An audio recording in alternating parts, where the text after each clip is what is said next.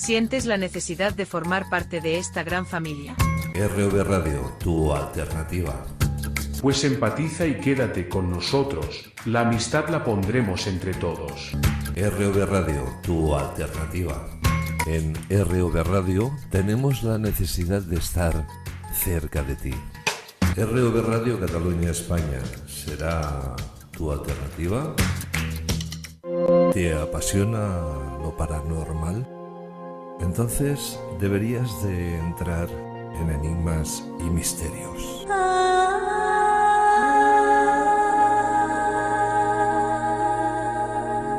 Seguro que encontrarás las mejores respuestas con nuestros colaboradores Yolanda Drancho, clarividente y tarotista, e Iván Mourin, escritor e investigador de fenómenos paranormales. Enigmas y Misterios, un programa de RV Radio Cataluña España.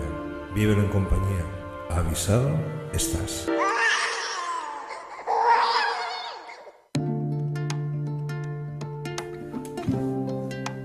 Muy buenos días, ¿qué tal? ¿Cómo estáis todas, todos? ¿Bien? ¿Sí? Me alegro.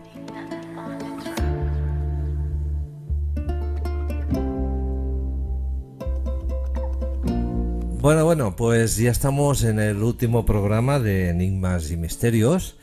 Y es que ya estamos cerrando el mes de junio, ¿eh? Y pronto comenzamos las vacaciones, así que mucha atención porque el tema de hoy promete, ¿eh? Sí, de esos temas que no pasan de moda y que, bueno, pues siempre levantan mucha expectación, ¿eh? Atención.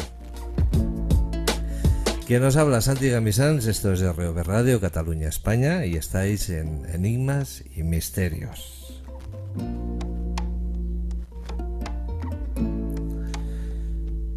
Bueno, aquí con una lucha psicológica del copón, porque estoy intentando dejar de fumar y la verdad es que estoy a punto de cometer un crimen.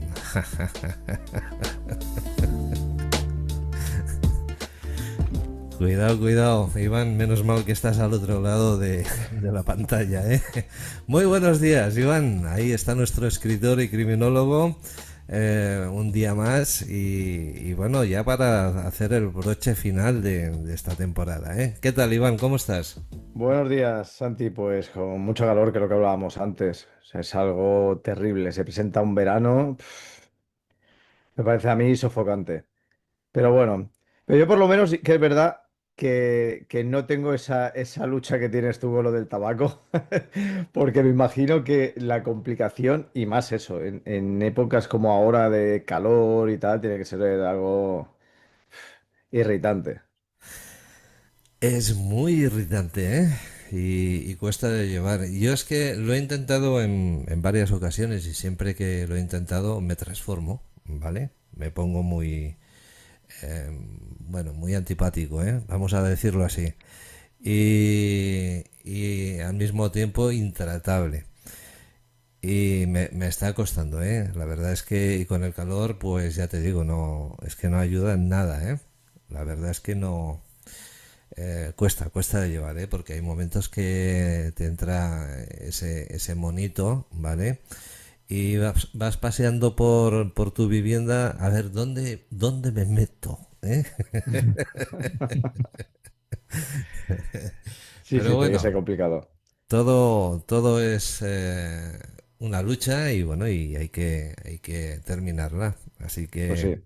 os invito, a todos los fumadores, no porque lo haga yo, sino porque, bueno, pues veréis que queráis o no, pues se nota, se nota en el olfato, se nota en el gusto, en el sabor de los alimentos, se notan muchas cosas, La ropa no huele mal, no huele a tabaco, y más el tabaco que hacen hoy en día, que no es el mismo de cuando yo era un chaval, que te fumabas un cigarrillo rubio.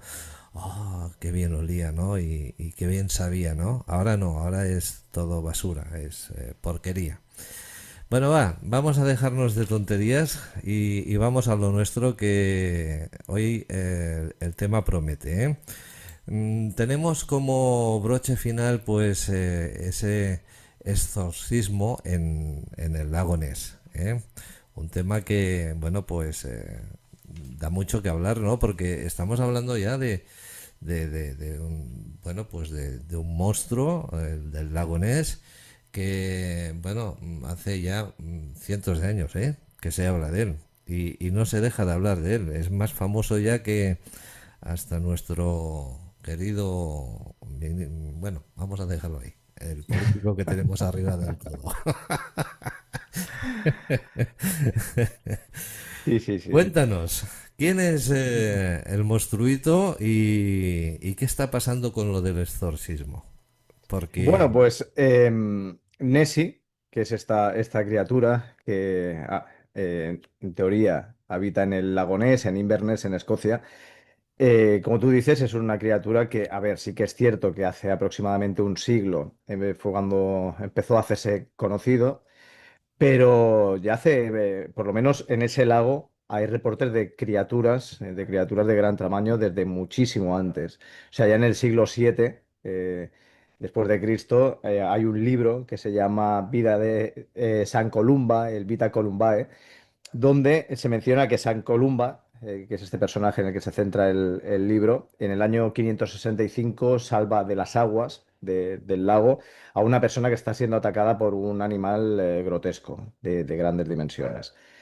Eh, Fuera de este documento, parece que no hay mucha cosa, por lo menos en documento escrito, sí que en habladurías populares, pero no hay documentos, ¿no? Pero sí que entonces en 1868 aparece un artículo en el Inverness Courier, que es un diario de la zona, donde ya sí que ahí se sigue insistiendo sobre de que en este lago hay un pez enorme o una criatura que parece que acecha, ¿no? Que acecha a aquellos que deciden introducirse en esas aguas, no de una manera amenazante, pero sí que debido al gran tamaño que tiene y la proximidad que parece tener hacia las personas, pues genera miedo.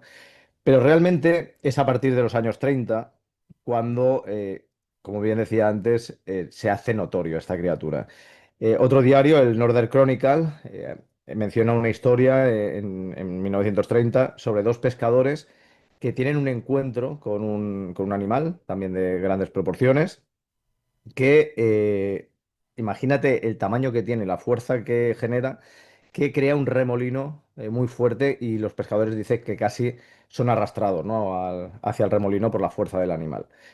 2 años más tarde vuelve a aparecer más reportes en diarios donde se habla de una criatura similar a lo que sería un cocodrilo. O sea, aquí ya es cuando estamos ya hablando de un animal quizás más parecido al Nessie que menciona la leyenda y que, bueno, que más reconocemos, ¿no?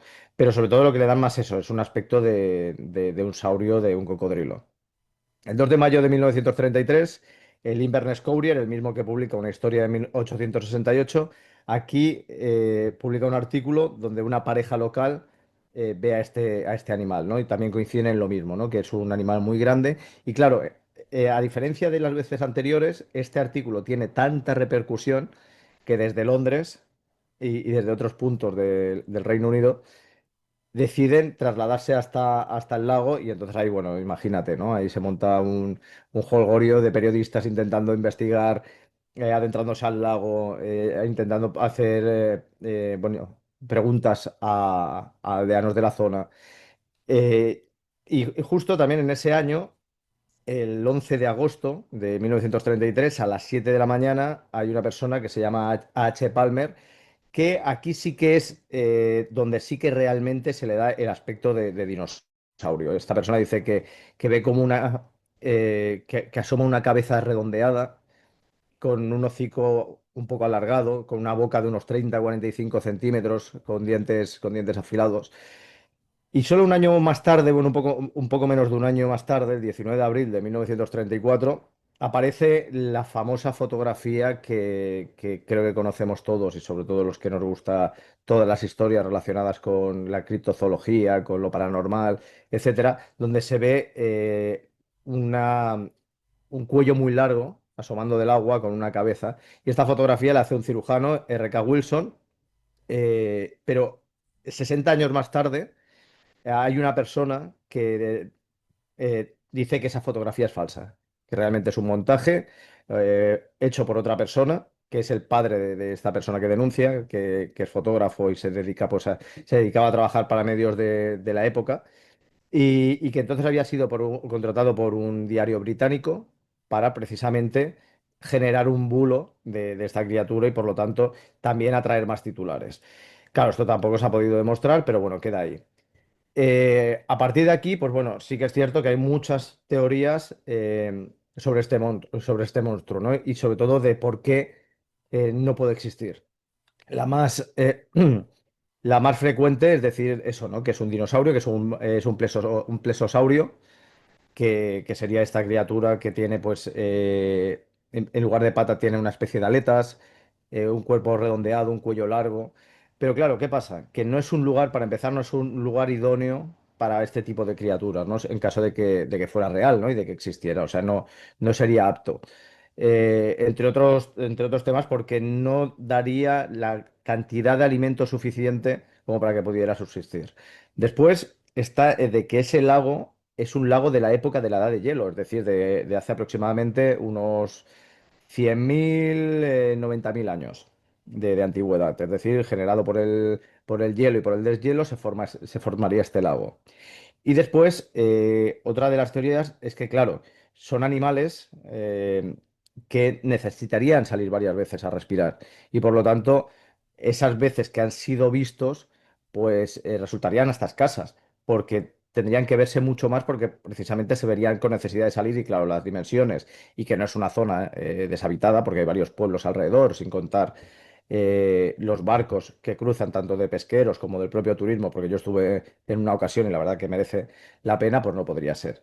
Entonces, claro, ¿qué pasa? Que ha habido otras teorías de, por ejemplo, de animales, porque ya, por ejemplo, en 1923 hubo una denuncia de que se cruzó por la carretera algo que se asemejaba mucho a un elefante, que tampoco sería tan sonado por las colecciones privadas de la gente de dinero, que entonces había gente pues que, bueno, en sus propiedades pues se dedicaban pues a coleccionar animales exóticos, hasta camellos o caballos cruzando la carretera, y que, por ejemplo, se ha relacionado con leyendas de los kelpis, que son seres fantásticos, acuáticos, con forma de agua. O ya, por ejemplo, animales más comunes, ¿no? Como pues sería, por ejemplo, un esturión o un león marino. Bien, bien. Oye, una cosa, no estoy muy puesto en la historia, pero creo recordar que el tema de los dinosaurios, bueno, todos estos bichos estaban en aquella etapa del Paleolítico, ¿no? Creo recordar, ¿eh? Puede ser que a estas alturas del campeonato, en pleno siglo XX-XXI, pueda aparecer un bicharraco de estos de aquella etapa. Digo esto, es una pregunta que te hago porque ves que ahora se habla mucho del el megalodón, ¿eh? Sí, sí, sí, Ese el tiburón tiburón gigante. gigante, ¿no? Que pertenecía también a esa etapa, ¿eh? Sí. Y que, bueno, pues se dice que si se recuperaron unos genes, que tal, que luego hicieron ahí, no sé, una historia química y, bueno, consiguieron volver a crear un tiburón, pero a lo bestia, ¿no? De aquella época. Podría ser que el famoso bicho, el monstruo del lago Ness, fuera también algo creado por el humano.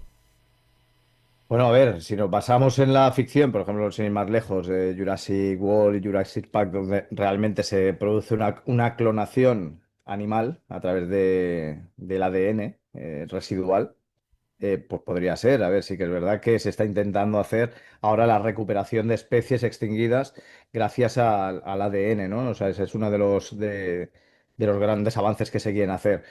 ¿Qué podría ser? Pues a estas alturas esto podría ser, más que nada, visto lo visto, al nivel que estamos llegando de avance científico. Es decir, si son capaces de clonar pues X animales que ya están muertos, o ya sin ir más lejos, ya no digo animales extintos en sí, es decir, pues por ejemplo algo que se está poniendo de moda, sobre todo en gente con dinero, ¿no? Es decir, el clonar a mascotas fallecidas.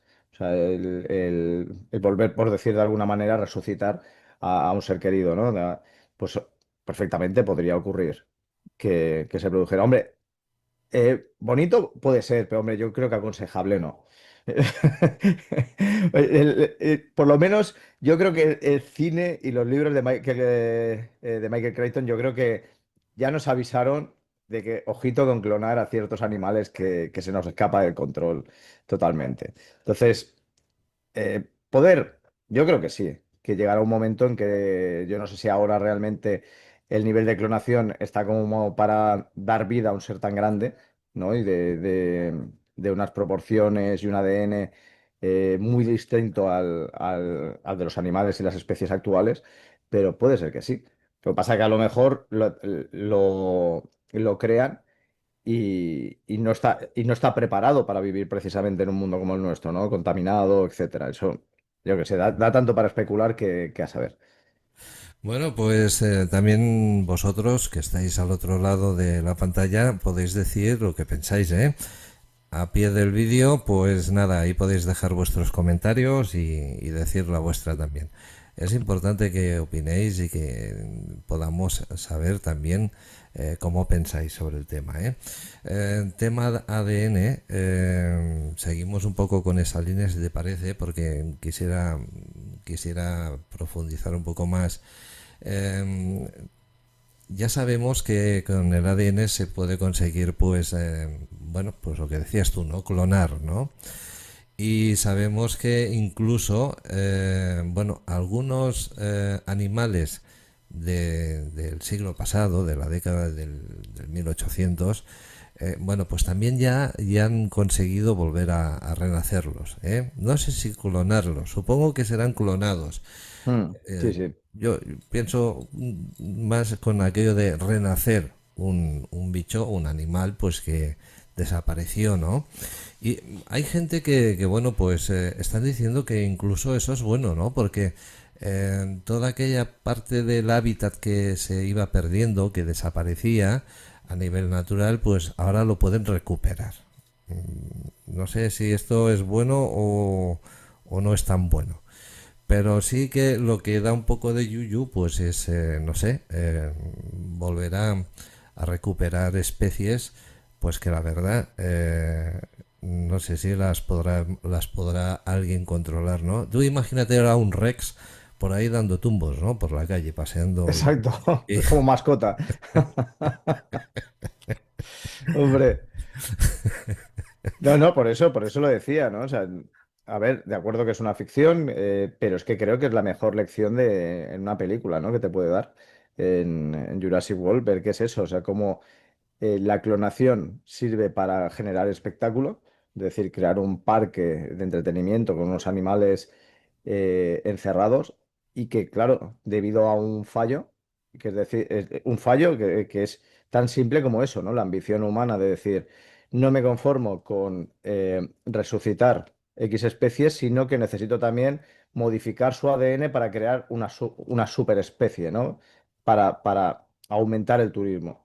Y que claro, esto se te va de las manos. Entonces yo considero que es eso, que por mucho que sean animales, aunque sean prehistóricos, tenemos un desconocimiento total. Por mucho que se especule sobre el tipo de conducta y todo esto, ¿no? Del animal. O sea, realmente yo creo que se nos escapan muchísimas cosas y que podría ser muy, muy peligroso. Bonito, sí. Una segunda oportunidad para estos animales, por supuesto que sí. Pero creo que en el mundo, sobre todo en el que vivimos ahora, no sería lo más idóneo. Entre otras cosas por eso, ¿no? Porque todo ha cambiado muchísimo. No creo que tuvieran un hábitat adecuado, porque es así. Lo suyo era naturaleza virgen y ahora la verdad es algo que está muy escaso, ¿no? O sea, que escasea mucho. Y luego, sin contar el factor de la ambición humana. Y ambición humana me refiero a que si ya hay gente dada a la caza, y sobre todo la caza ilegal, pues imagínate que vuelvas a dar la posibilidad de dar caza a especies totalmente nuevas ahora, nuevas ahora, pero que eran antiguas y que estaban extintas. Claro, esto podría ser un negocio, claro, brutal para la caza ilegal. Resulta que, bueno, pues haciendo investigaciones sobre el tema de los megalodones, tiburones enormes, para dejarlo más fácil, ¿eh? Bueno, descubrieron que estos tiburones tan enormes están viviendo a unas profundidades, pues la verdad, que allí el ser humano difícilmente puede llegar, ¿eh? A menos que no sea con un submarino, y ni aún así es complicadito poder llegar. Pero bueno, se dice que ya se ha podido hacer la operación, la investigación, y se dice que existen algunas especies enormes en las profundidades del océano. Eh, Resulta que si hablamos de este famoso monstruo del lago Ness, se pasó unos 800 años que, bueno, se hablaba de él, pero que no aparecía en la superficie, no se asomaba ni de coña. No sé si era porque entonces la gente era más rebelde, era más, no sé, agresiva y el bicho tenía miedo, o porque era una ficción o era una fábula, o no sé. El resultado final, creo que por el 1934, más o menos, se vuelve a hablar de él, vuelven a decir que ha aparecido después de 800 años. ¿Tú qué piensas al respecto? ¿Realmente crees que un animal así puede pasar 800 años sin aparecer y luego de repente dice, aquí estoy otra vez? Ya no es, perdón, ya no es el hecho de que pueda volver a aparecer o no pueda volver a aparecer, es el hecho de que pueda sobrevivir. Porque claro, o sea, ya no es por la longevidad del año que pueda, o sea, la longevidad que pueda tener el animal, que me extraña que pudiera vivir 800 años, sino que para eso debería tener familia. Entonces debería crear pues descendencia y por lo tanto, claro, son animales muy grandes para no ser vistos en un lago de esas características.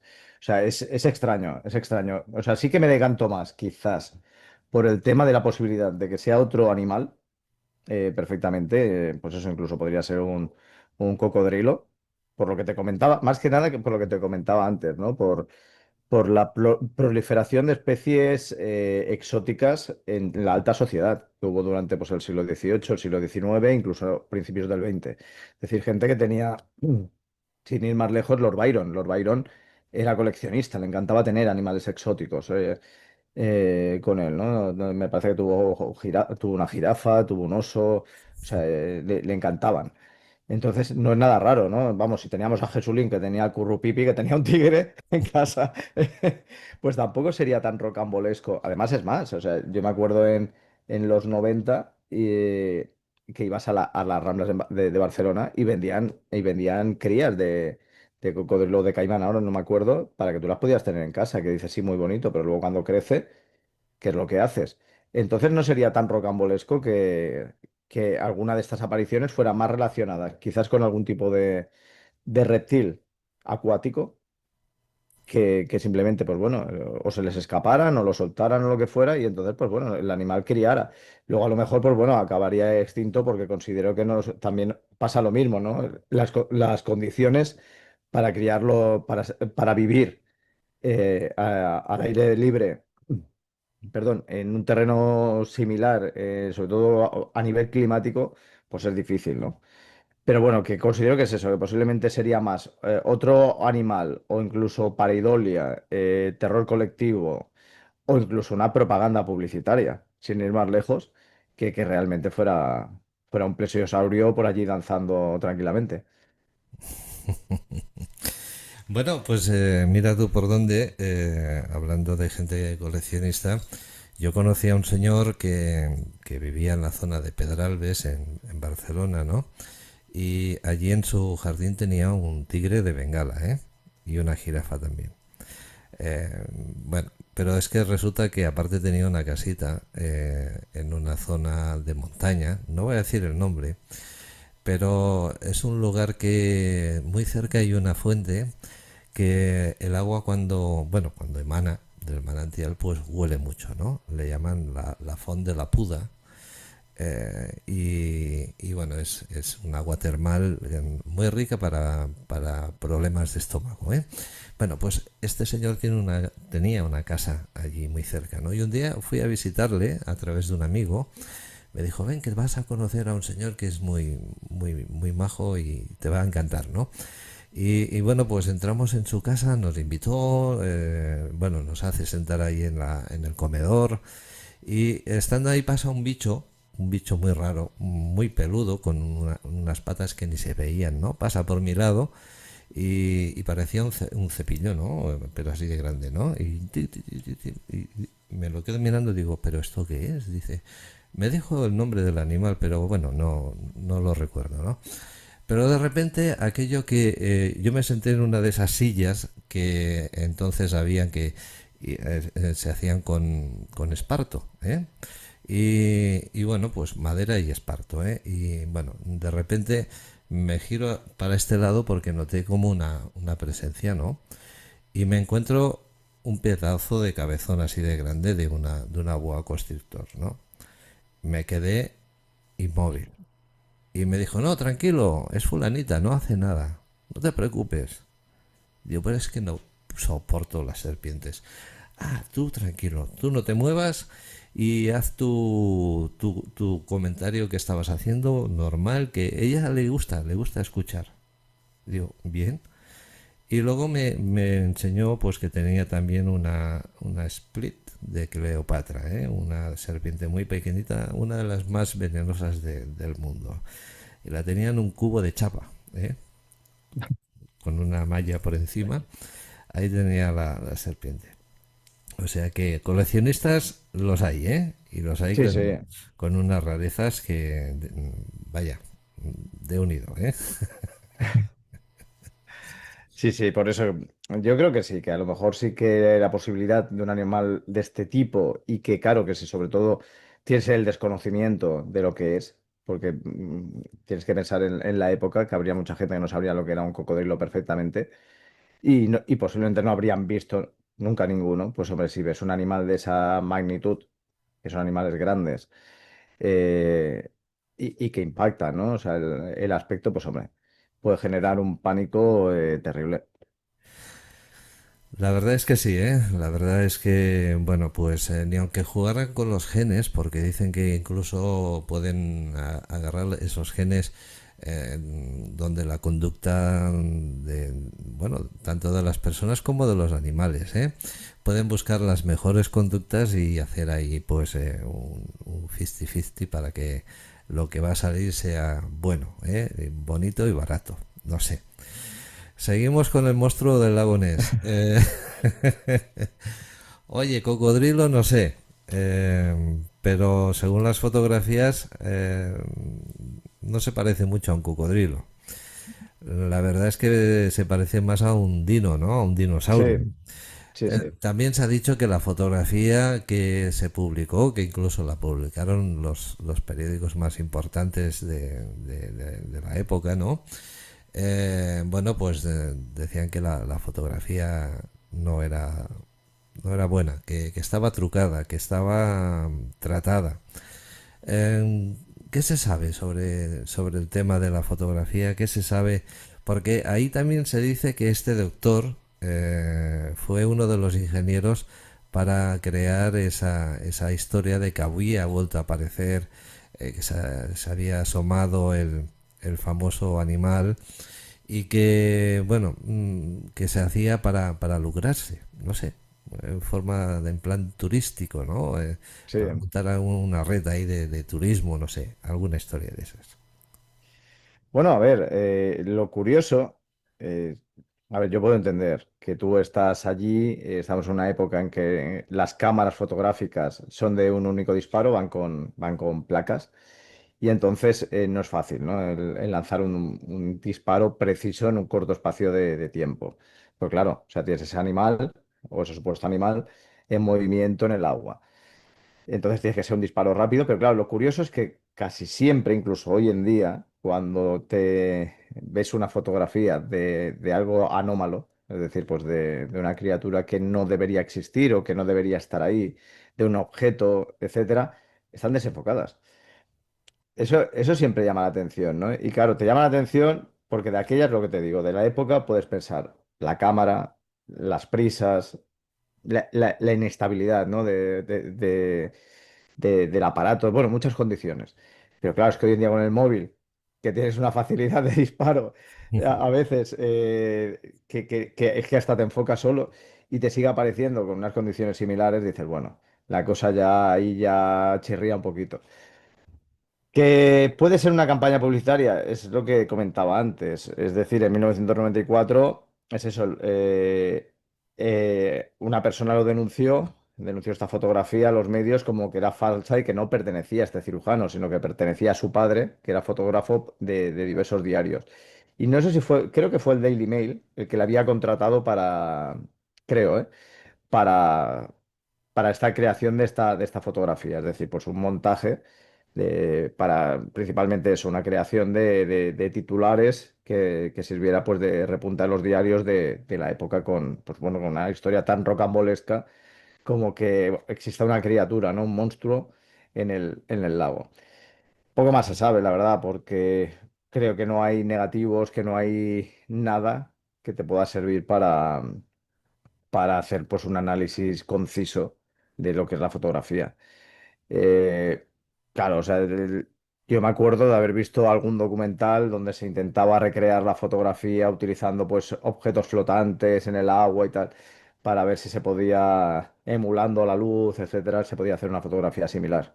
Por poder se puede, pero claro, es lo que te digo, es parte del misterio. Parte del misterio de la criatura y del encanto de la leyenda. Bueno, una cosita. En 5 minutos vamos a hacer un pequeño paréntesis. Luego seguiremos hablando del monstruo del lago Ness porque nos queda la parte del exorcismo, ¿eh? También muy interesante. Em, para cerrar un poco el capítulo de las apariciones de nuestro amigo el monstruito, em, este doctor tan famoso, ¿sabes tú si escribió un libro? O escribió alguna historia, no sé, como un estudio de trabajo que luego Pues presentó, no sé, es que tengo ahí una laguna y no sé si me estoy la confundiendo con verdad es que otro. no me suena, o sea, no lo sé, no lo sé, no te lo podría decir. Yo sí que es cierto que si estuviera yo detrás de la historia lo explotaría al máximo, o sea, lo tengo clarísimo. El tema está en si realmente el hombre como tal estuvo detrás de la historia o fue como se ha intentado explicar después, ¿no? De que simplemente sirvió para adjudicar un nombre a alguien, quizás también para darle más credibilidad, ¿no? Es decir, quizás, y sobre todo para la época, es más fácil coger y darle credibilidad a una persona que está por la zona del lago, ve la criatura y dispara, que un periodista que acude a la zona directamente, como hizo Londres, que envió a varios reporteros para intentar cazar la noticia, ¿no? Entonces aquí quizás pues se le podría poner más en duda. Creo que todavía le queda más llamativo el que sea alguien ajeno al mundo del periodismo el que caza, entre comillas, al monstruo a través de una fotografía. Bien, pues el monstruo del lago Ness, un animal que 800 años atrás pues apareció y que sobre ese lago, ¿no? Y que, bueno, pues digo yo, no sé, se convirtió en una leyenda, se convirtió en una fábula, se convirtió en un cuento para niños. Desaparece el animal, 800 años más tarde, vuelve a aparecer el animal y te vuelves a hacer las mismas preguntas, ¿no? ¿Cómo puede vivir un animal tantos años? Eso lo primero. ¿Son otros animales? Lo segundo. ¿Por qué en ese lago en concreto? Otra de las preguntas. Y por último, ¿por qué escogió Escocia, ¿no? Eh, donde las aguas son bastante frías, ¿eh? Sí. Sí, sí, no, y luego ya no eso, y que lo hablaremos después que está relacionado con el exorcismo. Lo curioso ya no es solamente este monstruo, sino el saber que un personaje muy ligado al ocultismo vivió al lado de ese lago, bueno, a orillas de ese lago, y que precisamente tiene que ver que incluso se llegó a especular que no fuera cosa de este personaje el que el monstruo apareciese. Porque claro, coincidió que poco después de que abandonara el lugar fue cuando empezó a aparecer de manera mediática el monstruo del lago Ness. Ajá. ¿Y quién era el otro personaje? Dilo, Aleister por favor. Crowley. Aleister Crowley, el mago negro, el denominado el hombre más malo del mundo, la bestia 666, etcétera, etcétera. Bien, bien. Ahí tenemos también material, ¿eh? Sí, sí, está muy bien. Esto está muy bien. Bueno, familia, pues si te parece, Iván, vamos a hacer Vale. este pequeño paréntesis porque nos quedan un par de minutos más o menos, pero Ujú. mejor cortamos ahora y así luego podemos explayarnos más sobre la otra parte. ¿Te parece bien? Perfecto. Pues nada, no os vayáis porque ni lo vais a notar como siempre, ¿eh? Cortamos, pegamos y continuamos sin que vosotros os tengáis que apenas levantar del sofá. Hasta ahora. ¿Te apasiona lo paranormal? Entonces deberías de entrar en enigmas y misterios.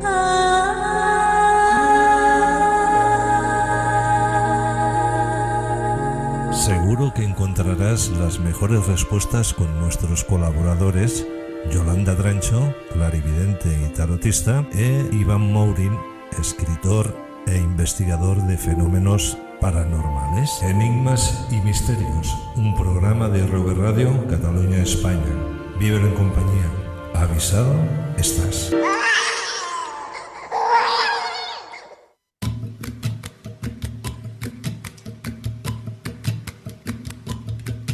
En ROV Radio Cataluña España, te invitamos a que nos acompañes. Acomódate, relájate, porque del resto nos encargamos nosotros.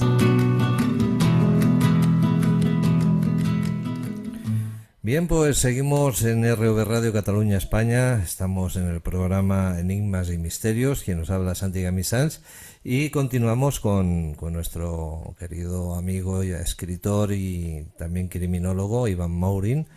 Estamos hablando del monstruo del lago Ness, ¿eh? Y nos queda ahí pendientes pues esa parte final donde vamos a hablar del exorcismo y de sus consecuencias, no sé yo. Vamos a ver, Iván. Bueno, Cuéntanos porque esto también suena chino, ¿eh? Con mucho respeto a los chinos, ¿eh? Por favor, sí. cuéntame. Bueno, a ver, sí que, bueno, empezamos por, antes he mencionado a Aleister Crowley, Sí, que voy a hablar de él en nada en breve, pero es que cuando hablamos de exorcismo en el lago Ness, en el año 2013, debido a que parece que el monstruo cesó su actividad en el lago, es decir, pues eh, un momento donde precisamente pues estaba haciendo mucha investigación en el lago para intentar localizar a esta criatura, visitas de turistas, etcétera. Un miembro de la Asamblea de Brujos del Reino Unido, Kevin Carlion, decidió acudir a la zona a hacer una especie de exorcismo, de purificación del lugar, porque lo que quería era que el monstruo volviera a salir a la superficie, siguiera atrayendo a los turistas, pero cuidado, porque lo bueno es que decía que también quería proteger al monstruo de la explotación. Y claro, esto es un poco contradictorio, porque si tú quieres que atraiga a los turistas, lo lógico es que no quieras o sea, lo lógico es que apoyes la explotación del monstruo. Si no quieres la explotación del monstruo, lo que no quieres es que haya turismo. Sería lo lógico, ¿no? Esto es como tener, pues, precisamente los animales en el zoo y decir, no, no, es que yo los quiero libres. Pero, hombre, hay que fomentar el turismo. Pues, hombre, pues es incompatible. Y aquí ocurre lo mismo. Pero cuando yo me refería a exorcismo, es lo que mencionaba antes, el tema de Aleister Crowley. Aleister Crowley vivía en una mansión llamada Boleskine House, una casa del siglo XVIII, a las orillas del lago Ness, en el pueblo de Foyers. Y él lo que hace es, porque adquiere la casa desde 1899 a 1913. Y lo que él quiere es porque él nota que ese lugar, ese terreno, el bosque donde se encuentra y los alrededores del lago tienen algo mágico, tienen algo místico. O sea, quizás relacionado también pues, con todo el tema druida, celta, etcétera, de la zona. Y entonces, basándose en el ritual de Abramelín, del libro de Abraham, que está considerado como uno de los, bueno, es un grimorio, pero este ritual de Abramelín está considerado como uno de los más complejos dentro del ocultismo occidental.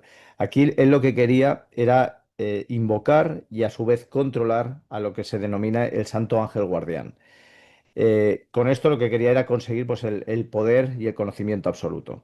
Aquí lo primero que se tiene que hacer es evocar y dominar a 12 demonios en concreto, que son lo que se denominan los duques del infierno y que están relacionados con los aspectos negativos del alma humana.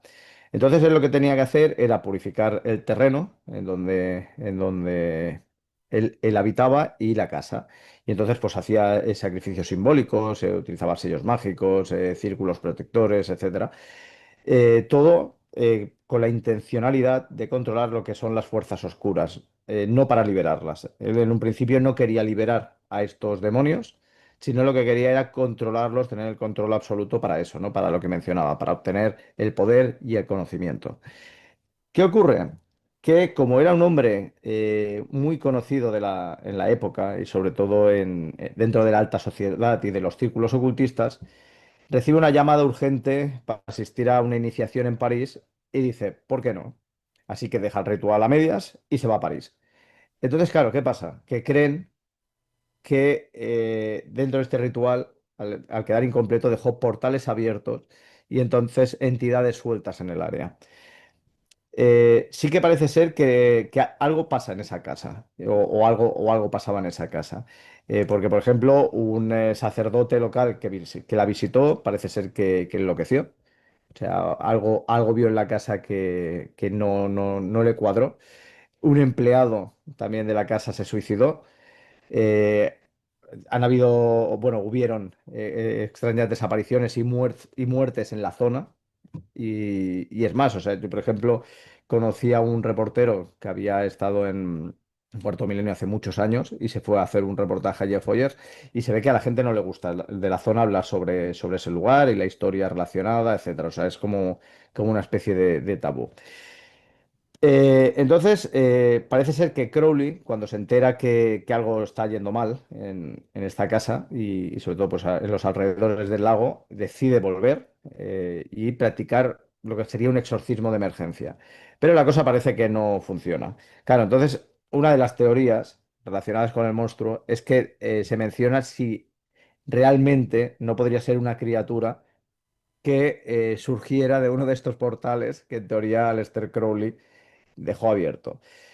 Pero es que lo curioso es que esta casa, siguiendo con Boleskine House, porque creo que es un lugar digno de mención, sobre todo cuando hablamos de tema de ocultismo, es que después, años después, décadas después, mejor dicho, la adquiere Jimmy Page, el fundador de Led Zeppelin, ¿no? Que era un auténtico admirador de Aleister Crowley, se entera de que la casa está en venta y la compra en 1970. Y es dueño de la casa entre 1970 y 1992, pero hay que decir que no apenas pasa tiempo allí.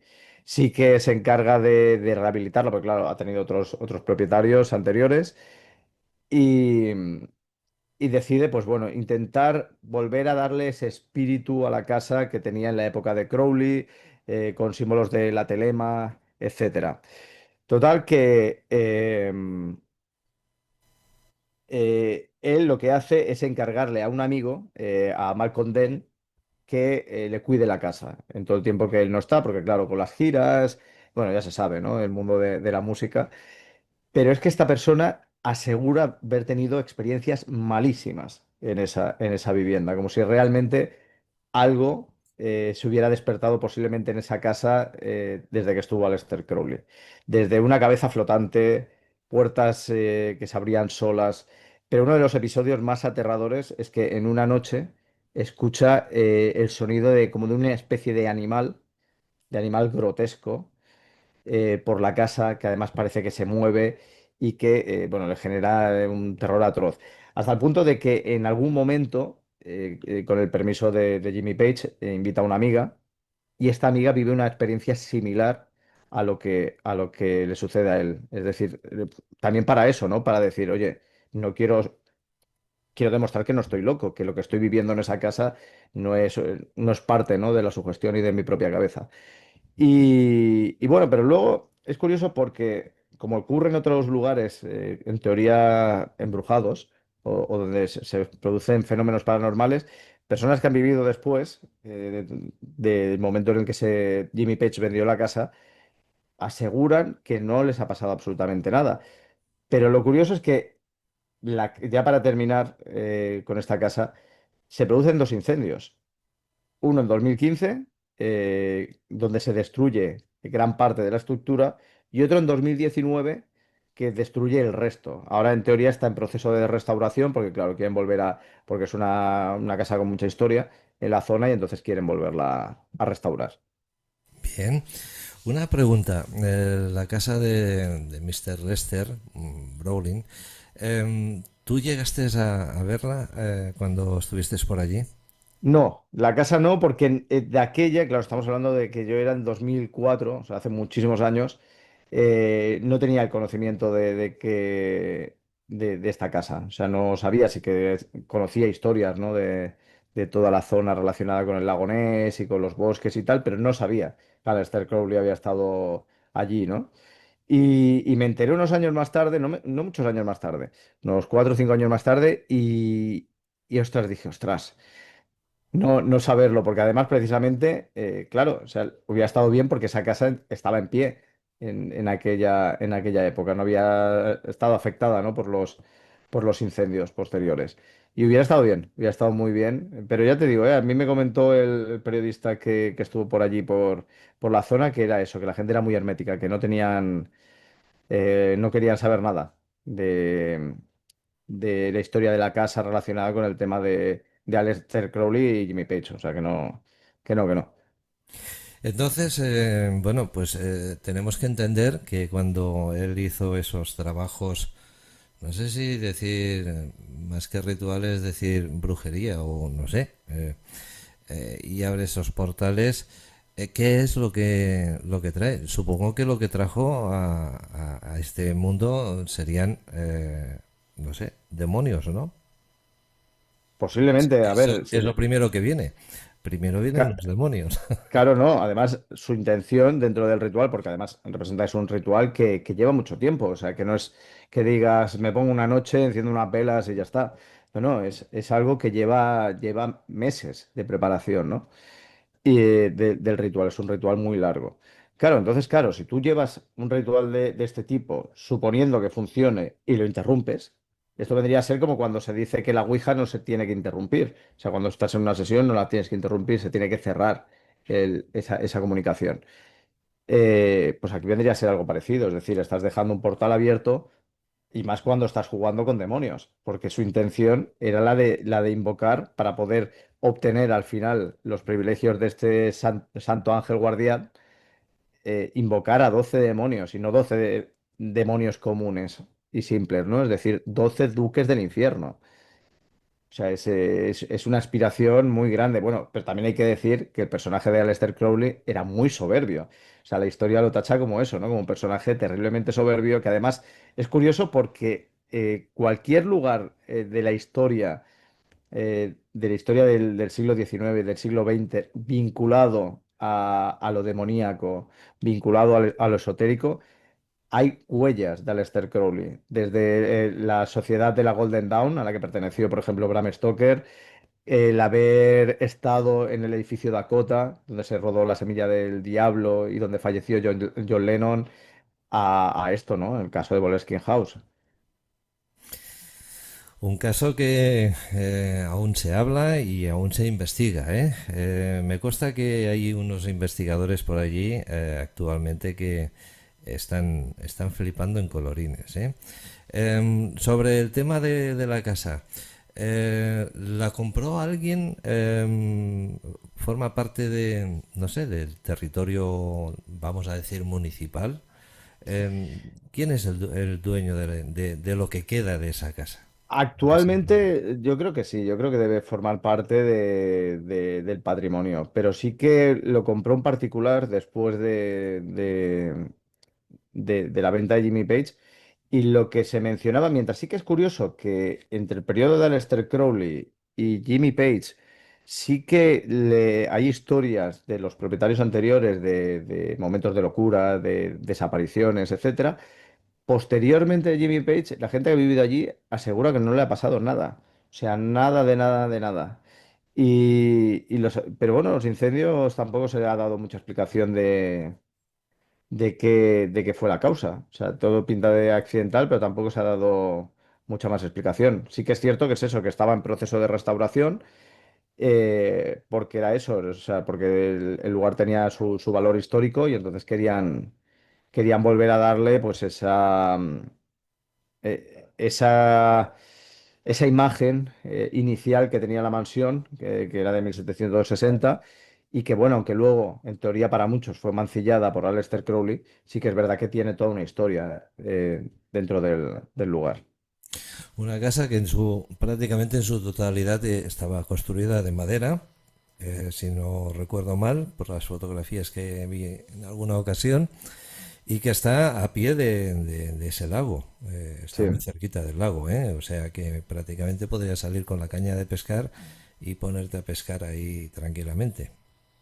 Sí, sí, sí, no, además el sitio es idílico, o sea, yo reconozco que a mí el lugar, o sea, lo que es la zona del lago Ness y de la propia ciudad de Inverness es muy bonito, o sea, es un lugar eh, magnífico, o sea, magnífico para desconectar, para todo, o sea, para darte un paseo, para cruzar el lago en barco, o sea, realmente vale la pena. Luego, si además te gusta todo lo relacionado con lo místico, con lo paranormal, claro, o sea, también tiene mucha historia, ya no solamente el monstruo o, por ejemplo, el caso de Aleister Crowley, sino pues todo el tema de otras historias, de fantasmas, etcétera, que pululan por la zona y que merece la pena, merece muchísimo la pena. Estupendo, pues hemos llegado al final del programa de Enigmas y Misterios. Como os decíamos al principio, hoy es el último programa de la temporada. Nos vamos a tomar unas vacaciones. Iván, ¿qué vas a hacer tú hasta el mes de octubre? Cuéntanos. Pues nada, playa, mucha playa. Voy a infusionarme un poco en el mar. Y poco, bueno, no, sí, iré a visitar todo lo que pueda, pero así de viaje, de momento nada. Eso normalmente lo hago en otoño. Voy al revés de la gente. La gente se marcha en verano y yo me voy en otoño. Y, y nada, o sea, y descansar lo que pueda y bueno, y escribir, por supuesto. Oye, tú que vives a pie de playa, cuéntanos, ¿han prohibido el poner sombrillas en las playas? No, no, no, aquí no. Pero Por lo menos aquí no. hay alguna playa que sí. ¿Tú tienes constancia de eso? No tengo ni idea, la verdad que no tengo ni idea. Sí que sé que, por ejemplo, que te puede caer una multa buena si te llevas arena.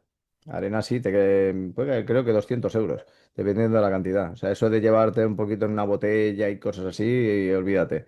Está penado. Y bueno, cosas normativas así, pero de las sombrillas, la verdad que no tengo ni idea. Sí que no lo sé. Sí que No, estaba prohibido en teoría lo de ocupar, que eso está muy dado sobre todo entre la gente mayor, de coger, levantarse muy temprano, plantar allí la silla, guardar como el espacio y coger y largarse para luego volver a las 12 del mediodía. Eso durante una temporada sí que hubo quien cogía y requisaba las sillas, se las llevaba, venía la policía, se las llevaba y ya estaba. Pero me parece que ahora tampoco no hacen ni eso. bien, bien.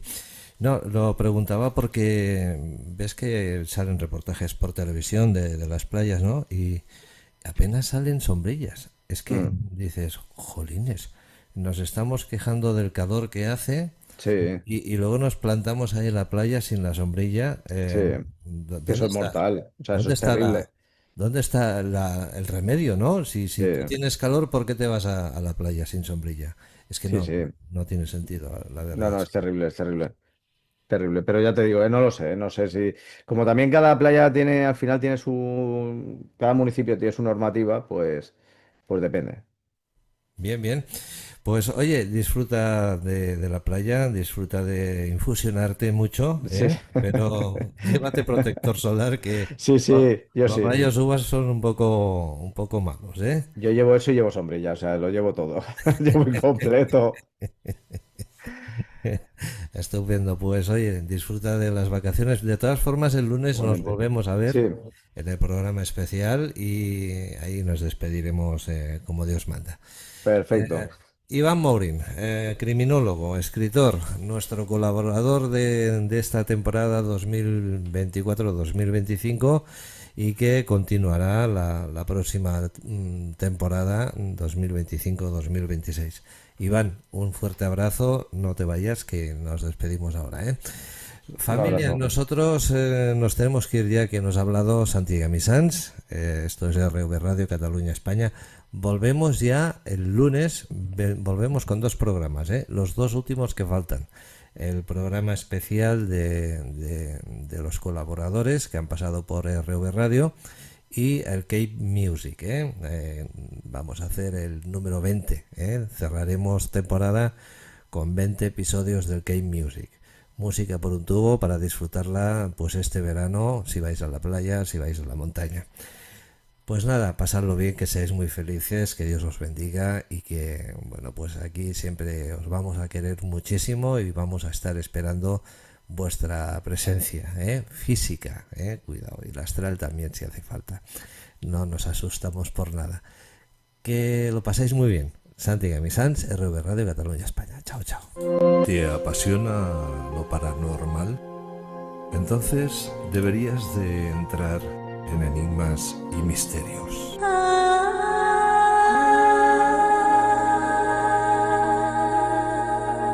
Seguro que encontrarás las mejores respuestas con nuestros colaboradores Yolanda Drancho, clarividente y tarotista, e Iván Mourín, escritor e investigador de fenómenos paranormales. Enigmas y Misterios, un programa de RV Radio Cataluña España. Vívelo en compañía. Avisado estás.